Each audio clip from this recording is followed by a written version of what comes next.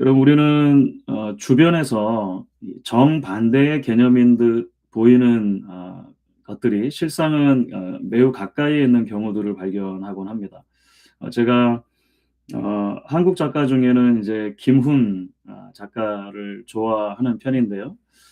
한 수필집에서 무기와 농기구에 대한 그런 글을 읽은 적이 있습니다. 이렇게 써 있더라고요. 무기와 농기구는 세계를 개조하려는 인간의 도구다. 인간은 손에 연장을 쥐지 않고서는 이 세계와 맞설 수 없다. 쇠를 녹여서 끝을 뾰족하게 벼리면 창이 되고 폭을 넓히면 호미가 된다. 무기와 농기구는 세계를 개조하려는 인간의 공통된 열망으로 가까운 거리에 있다. 무기는 전쟁의 도구이고 농기구는 평화의 도구이다.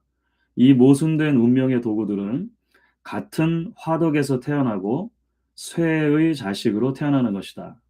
이런 말을 합니다. 몇 해 전에 이 글을 읽으면서 같은 재료죠. 같은 쇠라고 하는 재료로 같은 화덕에서 만들어지지만 하나는 무기가 되고 하나는 농기구가 된다라고 했을 때 그 닮은 점과 다른 점을 인간의 세계 개조 열망이라고 하는 주제로 설명하는 작가의 통찰을 읽으면서 깊이 공감했던 기억이 있습니다. 그런데 여러분, 신앙생활에서도 그렇습니다. 사실 전혀 다른 것 같은 두 개념이 생각보다 멀지 않은 경우들이 꽤 있습니다. 대표적으로 공의와 사랑이라고 하는 하나님의 성품을 들 수 있죠.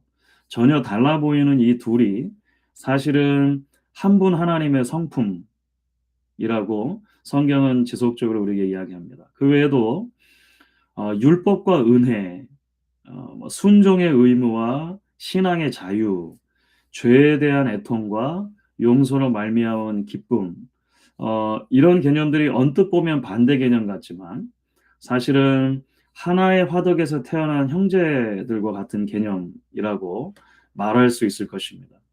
오늘 우리가 함께 읽은 마태복음 이야기에도 그런 관계에 있는 두 개념이 소개됩니다. 바로 의심과 믿음이라고 하는 개념이죠.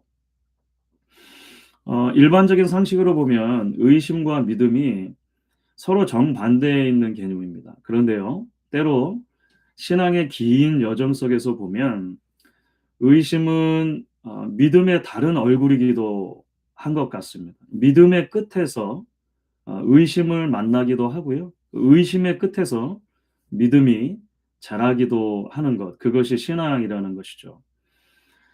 이런 의심과 믿음의 관계가 특별히 오늘 본문 말씀의 후반부 이 베드로 이야기에서 강조가 됩니다. 베드로가 물 위를 걸어오신 예수님을 보고 자신도 물 위를 걷겠다고 발을 내딛는 모습에서 또 그러다가 겁에 질려서 바다에 빠져 들어가는 모습에서 그가 예수님께 살려달라고 소리를 지르자 예수님이 구해 주시는 모습에서 그 주님과 다시 배로 돌아가는 모습에서 그러니까 우리는 믿음에서 의심으로 또 다시 의심에서 믿음으로 나아가는 그런 한 신앙인의 모습을 보게 되는 것이죠. 그리고 그에게 다가오시고 바다 위로 불러주시고 또 다시 건져서 일으켜 주시는 주님의 손길을 통해 때로 의심 가운데 두려움에 빠져 살아가기 쉬운 우리를 향한 하나님의 위로와 도전을 발견하게 됩니다. 오늘 읽어드리는 이야기 두 부분으로 되어져 있습니다. 전반부는 예수님께서 물 위를 걸어서 제자들에게 오시는 장면이죠. 오병이어 사건 직후에 있었던 일입니다. 여기에서 흥미로운 지점이 있어요. 사실은 이 오병이어 사건, 예수님께서 물고기 2마리와 떡 5덩이로 많은 사람을 먹이신 사건이 굉장히 중요한 예수님의 사역이었던 것 같아요. 그래서 마태, 마가, 누가, 요한 4복음서 전부에 기록이 되어 있습니다. 그런데 오늘 이야기 전반부에 해당하는 이 예수님이 그 사건 이후에 물 위를 걸어오셨다라고 하는 이야기는 마태, 마가, 요한복음에만 기록이 되어 있어요. 그리고 오늘 조금 더 중심을 두어서 여러분들에게 말씀드리려고 하는 후반부의 베드로 이야기, 이 베드로가 무리를 걷는 이야기는 마태복음에만 등장합니다. 그러니까 그만큼 이 마태에게 있어서 이 사건이 중요하게 생각이 됐던 것 같아요. 예수님께서 오병이어 기적을 일으키신 바로 그날 밤입니다. 예수님이 서둘러 제자들을 배에 태워서 갈릴리 반대편으로 보내십니다. 그리고 산에서 이제 혼자만의 그 기도의 시간을 가지시게 되죠. 그런데 예수님이 그렇게 아버지 하나님과 산에서 친밀한 교제를 나누고 계시는 동안 제자들에게는 전혀 다른 상황이 펼쳐집니다.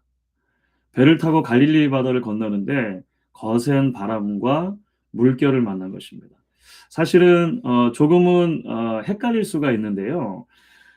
제자들이 배를 타고 갈릴리 바다를 건너가다가 풍랑을 만나는 것은 복음서 전체를 보시면 적어도 두 차례가 기록이 되어 있습니다. 그래서 마태복음에도 보시면 이전에 8장에 그런 첫 번째 풍랑 사건이 있어요. 다른 점이 뭐냐면 그때는 예수님께서 처음부터 배에 함께 타고 계셨습니다. 기억해 보시면 그 이야기가 생각이 나실 거예요. 예수님이 배에 함께 타고 계시는 상황에서 갈릴리 바다를 건너가다가 풍랑이 일었고 예수님은 주무시고 계셨고 제자들이 깨었고 예수님이 풍랑과 바다를 잠잠케 해주셨고 그런 이야기 있잖아요. 오늘 이야기는 좀 다른 그러니까 이야기인 것이죠. 제자들만 배를 타고 예수님이 계시지 않는 상태에서 갈릴리 바다를 건너가고 있었고 그때 풍랑이 일었던 것입니다. 그래서 이제 밤새도록 어려움을 겪는 와중인 거죠.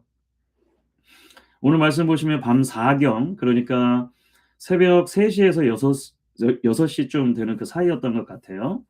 예수님께서 이제 드디어 바다 위를 걸어서 제자들에게 오시는 것입니다. 여러분 그림을 머릿속에 그려보시면요. 여전히 갈릴리 바다에 거센 바람이 불고 있는 거예요. 집치만한 파도가 넘실대고 있는 상황인 것입니다. 그런데 그 거센 바람을 뚫고 물결을 밟으시면서 예수님께서 걸어오시죠. 그러니까 생각해 보면 오병이어 기적의 버금가는 또 하나의 어마어마한 기적이 일어난 것입니다. 그런데 여러분 이 시점에서 제자들의 반응이 우리 예상과는 좀 달라요. 이 제자들은 이미 예수님께서 이 갈릴리 바다를 한번 그 잠잠케 해주셨던 사건을 경험했잖아요. 8장에서. 그리고 바로 직전에는 오병이어 사건도 경험을 했습니다. 그러니까 예수님이 얼마나 놀라운 분이신가라고 하는 것을 하나님의 아들이신가라고 하는 것을 그들이 여러 차례 경험하죠. 근데 제자들은 이렇게 말하지 않습니다. 아이고 예수님 어디 있다가 이제 오셨습니까? 우리가 죽을 뻔했잖아요. 빨리 배에 오르셔서 예전처럼 바람과 파도를 좀 꾸짖어 주세요. 오늘 본문 보시면 제자들이 그렇게 말하지 않죠. 오히려 제자들은 이렇게 말합니다. 유령이다. 유령이다. 그래서 전체 맥락을 보시면 바람과 풍랑을 만나서 무서워했던 것보다 바다 위를 걸어오시는 예수님을 보고 아마 제자들이 더 무서웠던 것 같아요. 당연히 뭐 유령이라고 생각했을 수가 있겠죠. 그래서 이미 풍랑이는 바다를 잔잔케 하시는 일을 경험했고 말씀드린 것처럼 오병이어 교적도 경험했지만 무리를 걸어서 오시는 저분이 예수님일 거라는 생각은 못했다라고 하는 것입니다. 예수님이 근데 말씀하시죠. 안심하라. 안심하라. 나니 두려워하지 말아라. 27절입니다. 자, 이제 바로 이때입니다. 마태복음에만 기록하고 있는 이야기라는 말씀을 드렸어요. 바로 이 상황에서 아무도 예상치 못했던 일이 벌어진 거예요. 예수님의 이 말씀에 베드로가 이렇게 말한 것입니다. 주여, 만일 주님이시거든 나를 명하사 물 위로 오라 하소서. 그러니까 마태를 포함해서 다른 모든 제자들이 꿀먹은 벙어리처럼 어안이 벙벙해 있었을 거예요. 그런데 베드로는 말한 것입니다. 예수님이 이렇게 물 위를 걸어서 우리에게로 오시다니요. 주님, 이제 제가 주님께로 가겠습니다. 지금까지 내가 보고 경험한 예수님이라면 부족한 저도 예수님처럼 물 위를 걷게 해주실 줄 믿습니다. 뭐 이런 의미라고 말할 수 있겠죠. 예수님 뭐라고 하시죠? 한마디 하시면 한마디. 오라, come, 오라. 베드로를 보십시오. 베드로가 배에서 내립니다. 그리고 그 풍랑이는 바다 위로 발을 내딛어요. 여러분 아직 바람이 잦아드는 상태가 아닙니다. 파도가 여전히 높습니다. 베드로가 겁에 질려 있는 모든 제자들을 뒤로 하고 자신을 예수님 계시는 그 바다로 던져 버리는 것이죠. 사랑하는 여러분, 신앙생활하는 우리에게도 종종 그럴 때가 있습니다. 지금 나에게는 아무것도 없지만 오직 주님 때문에 그 풍랑이는 바다 위로 발걸음을 떼는 모험을 기꺼이 감당하는 그런 때입니다. 누군가에게는 그것이 믿음의 출발과 관계될 수 있습니다. 이전까지는 눈꼽만큼의 관심도 없었고 흥미도 없었던 복음이고 교회일 수 있습니다. 오히려 이전의 경험들로 의해서 예수 믿는 사람이 싫고 예수 믿는 사람들이 모이는 교회에 대해서 부정적인 생각이 더 많을 수도 있겠죠. 그런데 어느 날 하나님의 인도 속에서 복음 안으로 신앙 공동체 안으로 나를 던지게 되는 순간을 만나게 돼요. 예수님이 너무 좋은 순간이죠. 그런가 하면 누군가에게는 믿음의 첫 출발 이후에 그 믿음의 길에서 계속적으로 경험하는 일들과 이것이 연관될 수도 있을 것 같습니다. 하나님이 주시는 거대한 은혜가 내 인생에 다가오는 순간이라고도 말할 수 있을 것 같아요. 그래서 하나님의 은혜에 깊이 함몰되어지는 경험을 한 순간일 수 있겠습니다. 내 인생을 향해 주신 하나님의 분명한 비전과 부르심을 발견하고 상황과 형편을 고려하지 않고 개선하지 않고 앞뒤 죄어보지 않고 하나님이 부르시는 그 소명의 바다 위로 나를 던지는 그런 순간들이 있을 수 있을 거예요. 좀 더 확정해 보면 어떤 분들에게는 이민 자체가 그런 경험이셨을 수도 있겠죠. 거대한 변화의 삶으로 나를 던져 넣는 거잖아요. 신학교의 문을 두드리는 경험들, 결혼을 하는 것, 자녀를 낳는 것, 새로운 사업을 시작하는 것, 모든 과정에서 어, 인간적인 생각으로 계산을 하면 대책이 없어 보이는데 주님이 나의 주님이시라는 사실만으로 가슴이 벅찬 거죠. 그 주님이 나의 삶에 동행하시고 인도하신다. 오라, 주님이 오라 하셨으니까 그 오라 하시는 부름 자체가 너무 감격스러워서 내 인생을 그 바다 위로 던져 넣는 순간들입니다. 그런데 여러분, 그렇게 믿음의 발걸음을 떼서 주님이 부르시는 생애의 바다 위를 걸어가는 동안에 그 믿음이 도전을 받을 때가 있습니다. 현실 속의 풍랑의 이 거대한 크기를 새삼스레 깨닫고 두려움에 빠지는 때가 있는 것이죠. 때로 그것이 상황일 수 있고, 때로 그것이 사람들과의 관계일 수도 있을 것입니다. 여러분, 베드로가 경험한 게 그런 거죠. 놀랍게도 베드로가 예수님처럼 물 위를 걸었다는 것 아닙니까? 그런데 얼마 지나지 않아서 두려움에 휩싸입니다. 그리고 바로 그 순간 그의 발이 물속으로 빠져 들어가죠. 물이 그를 삼켜 버리기 일보 직전까지 간 것입니다. 여러분 뭐가 문제였을까요? 그렇죠. 이 찰나의 순간인데 예수님을 바라보며 물 위를 걷던 중에 그 시선을 바람에 빼앗긴 것입니다. 여러분 말씀드렸던 것처럼 바람과 풍랑은 처음부터 그의 곁에 있었습니다. 그러니까 위험 요소라고 하는 것은 줄곧 존재했던 거예요.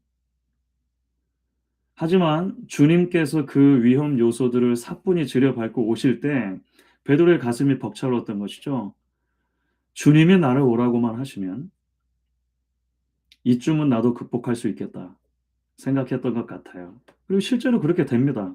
주님을 바라보며 걷는 그 어, 물 위의 걸음이 걸어지는 거예요. 그런데 어느 순간 저기 서 계신 예수님보다 내 곁을 지금 지나가고 있는 거센 바람, 옆에서 일어서고 있는 집채만한 파도, 얼굴에 튀어와서 흐르는 그 바닷물의 포말이 더 크게 보이기 시작하는 것이죠. 빠져들어가는 것입니다. 예수님께서 베드로에게 31절을 보시면 그렇게 말씀하시죠. 왜 의심하였느냐? 왜 의심하였느냐? 의심하다라고 하는 단어는 흔들거리다, waver이죠. 또는 주저하다, 망설이다, hesitate라고 하는 그런 의미들이 담겨져 있습니다. 예수님만을 보며 갈 때 흔들림이 없었는데 주님이 아닌 위험 요소들의 시선과 관심이 집중되는 순간 마음이 흔들리기 시작합니다. 흔들린 것입니다. 갈릴리 바다 위 바람과 파도 자체가 문제가 아닙니다. 말씀드린 것처럼 원래 거기 있었던 거예요. 그거보다 더 큰 문제는 주님을 바라보며 걷는 베드로의 마음에 주변의 바람과 파도가 더 크게 보이자 거대한 감정의 소용돌이가 일었다는 것입니다. 그 감정의 소용돌이가 의심의 정체이죠. 그리고 그 의심이 그를 두려움으로 몰아넣었던 것입니다. 주 안에 사랑하는 여러분, 베드로 이야기는 우리 모두의 이야기이기도 합니다. 말씀드린 것처럼 우리가 인생길에서 우리 역시 믿음이 수없이 흔들거리는 의심의 구간들을 지나곤 합니다. 여러분 생각해 보면 우리 인생에 문제가 없었던 때는 없죠. 우리가 이 땅에 태어나면서 살아가는 모든 인생 가운데 위험 요소로부터 한 번도 100% 자유로웠던 적이 없을 거예요. 신앙생활하는 가운데도 마찬가지죠. 믿음의 공동체 교회 안에서 우리가 그리스도의 몸을 세워가는 일도 마찬가지입니다. 늘 위험의 요소는 있고 늘 문제의 요소는 있는 것입니다. 이제 눈이 수북이 밖에 쌓이고 있는데요. 여러분 어렸을 때 눈이 수북이 쌓인 길에 바른 발자국을 지그재그 남기지 않고 바른 발자국을 남기고 가려면 내 발만 봐서는 안 되죠. 멀리 있는 나무를 바라보고 가면 됩니다. 아니면 저 앞에 따라가는 아버지를 보고 따라가면 내 발자국이 가지런해지죠. 우리 시선이 주님께 머물러 있었기 때문에 우리 삶이 가지런해질 수 있었을 거예요. 그런데 어느 찰나의 순간 내 곁을 스쳐가는 거센 바람에 온 신경이 곤두서 버리는 때가 있는 것입니다. 그러니까 나를 부르신 주님보다 생의 물결이 우리 삶에 일어나는 관계의 문제들이 더 높아 보이고 더 커 보이는 순간들이 있게 되죠. 결국은 그 문제들 안으로 함몰되어서 허우적거리게 되는 순간들을 맞곤 합니다. 그런데 여러분, 오늘 베드로 이야기가 거기서 끝나지가 않죠. 그것이 우리에게 위로가 되고 격려가 되고 은혜가 된다. 저는 그렇게 믿습니다. 베드로는 물에 빠져서 이제 막 들어가면서 허우적거리잖아요. 주님을 불러요. 주님을 부릅니다. 주여 나를 구원하소서. 이건 무슨 말일까요? 물에 빠지고 나니까 베드로의 시선이 다시 주님을 향하는 것입니다. 주님께 도움을 청하죠. 믿음에서 출발해서 거센 바다 위로 발걸음을 떼는 결단이 있었습니다. 그런데 그게 지속될 수 없었던 것은 의심 때문이었어요. 그 의심 때문에 믿음이 흔들린 것입니다. 그런데 그렇게 물속에 빠져버리고 나니까 다시금 주님이 아니면 안 되겠구나 생각하는 거죠. 그래서 예수님을 부르며 도움을 청합니다. 31절 말씀이죠. 여러분 같이 한번 한 목소리 읽어주시면 좋겠는데요. 31절 같이 읽습니다. 예수께서 즉시 손을 내밀어 그를 붙잡으시며 이르시되 믿음이 작은 자여 왜 의심하였느냐 하시고 먼저 손을 잡아주십니다. 왜 의심했느냐? 꾸짖는 게 먼저가 아니고 즉시 예수님께서 손을 내밀어 그를 잡아주시죠.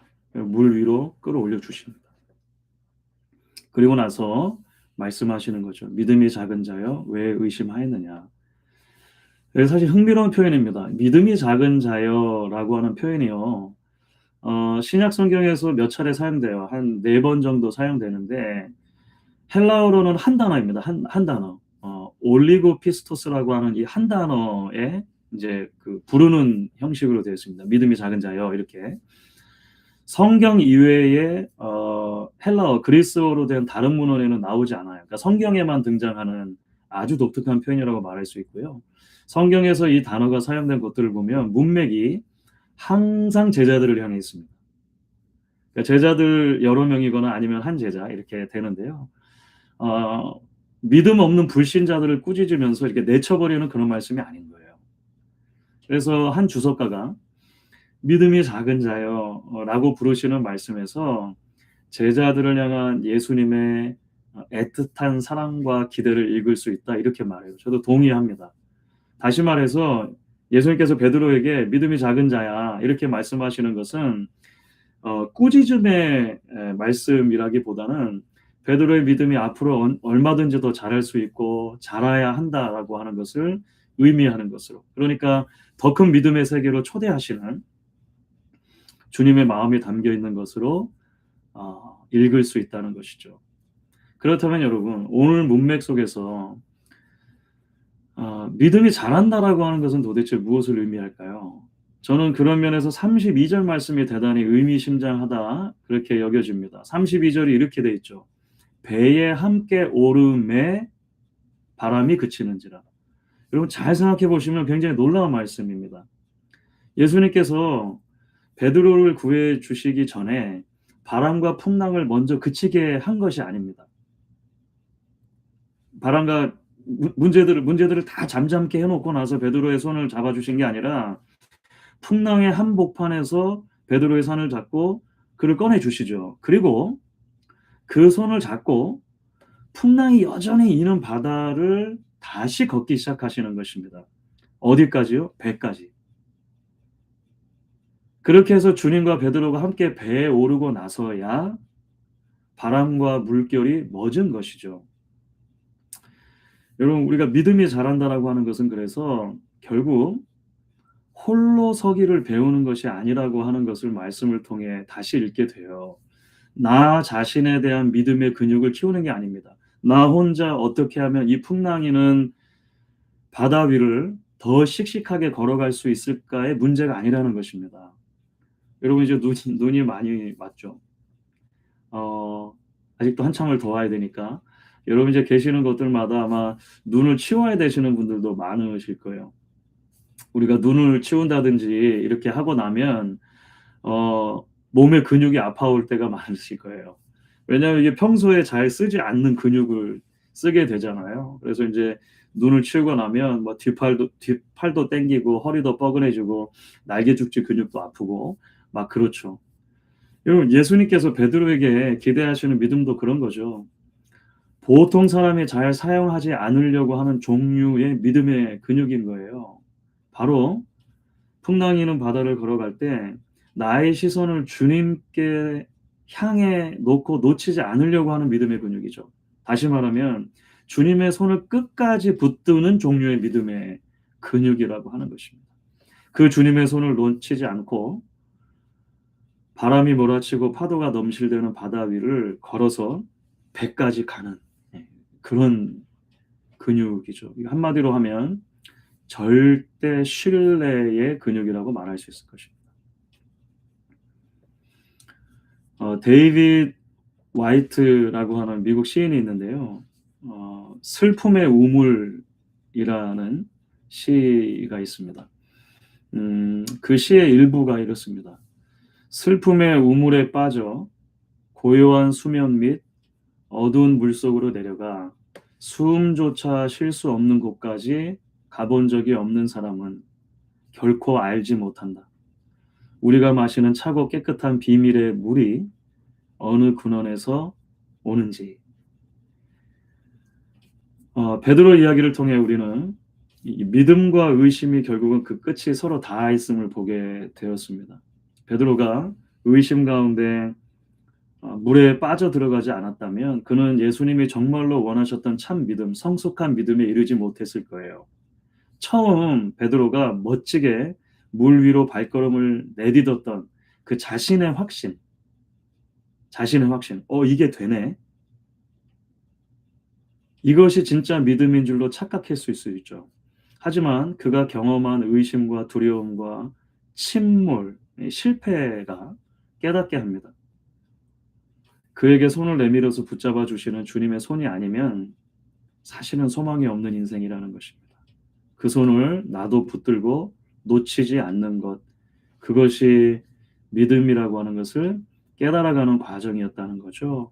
찬송가 가사처럼 주 안의 기쁨 누림으로 마음의 풍랑이 잔잔하니 세상과 나는 간 곳 없고 구속한 주만 보이도다 고백하게 되었을 것입니다. 오늘 이 아침 바로 이런 믿음의 고백이 저와 여러분에게도 있기를 간절히 축원하겠습니다.